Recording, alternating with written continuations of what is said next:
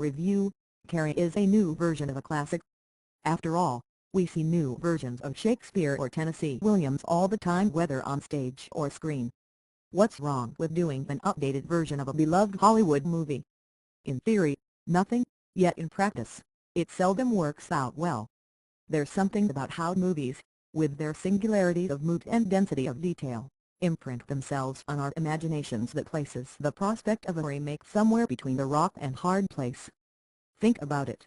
If you follow the original too closely, duplicating signature shots or lines of dialogue or acting flourishes, then you're stuck in a mode of mindless imitation, and what's the point of that?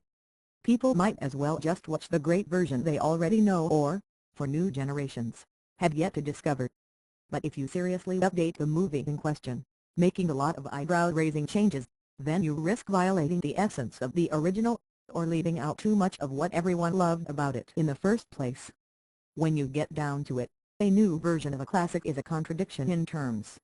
Carrie, the rapturous and terrifying 1976 Brian De Palma thriller based on Stephen King's first novel, is a movie that has earned its place as a quirky horror milestone without, perhaps, ever having quite attained the status of a masterpiece. Yet I personally think it's a great film.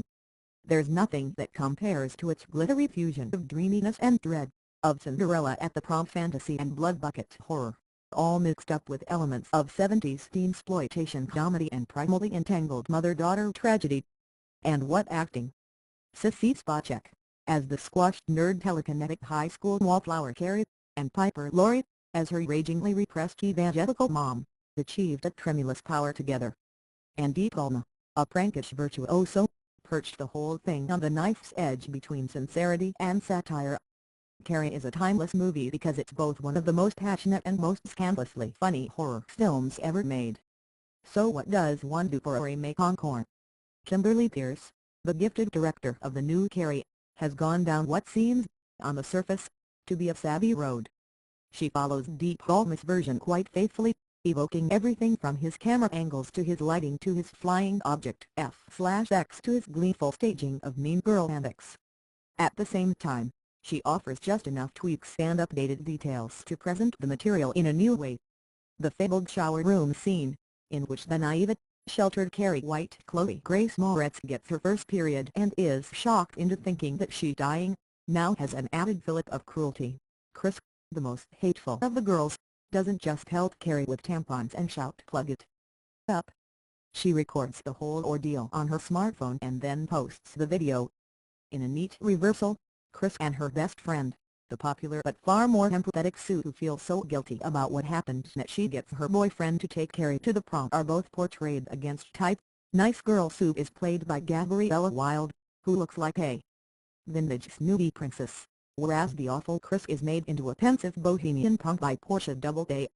And Carrie's mother, Julie Ann Moore, fundamentalist fanatic who tries to cut Carrie off from the world, is now herself a cutter who pinpricks her own flesh in secret.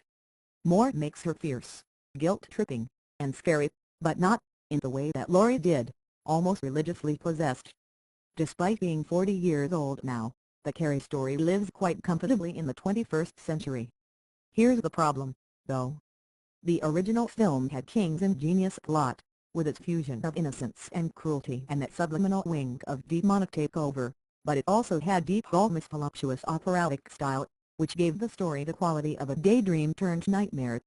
When you take away that style and serve up the plot fairly straight, as Peirce does here, we seem to be watching a Carrie that's been flattened, robbed of its over-the-top emotional extravagance.